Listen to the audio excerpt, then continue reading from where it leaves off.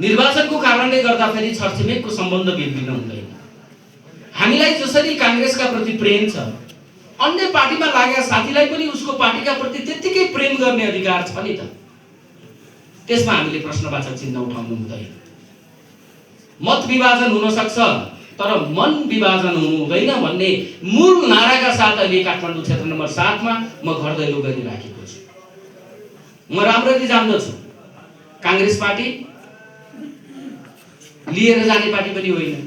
नेपाल देश कसैले बोकेर लान पनि सक्दैन, यो हस्तान्तरण गरेर जाने कुरा हो। समस्या चाहिँ कहाँनिर हो र आजको प्रधान विषय चाहिँ के हो भन्ने मलाई लाग्छ भने हाम्रा आफ्ना परिचयहरू छन्।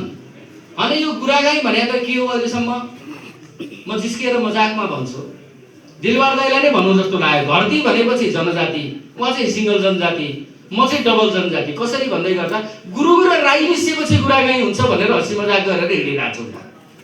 हाम्रा आफ्ना आइडेन्टिटी छन् नि त, परिचयहरू छन् नि त।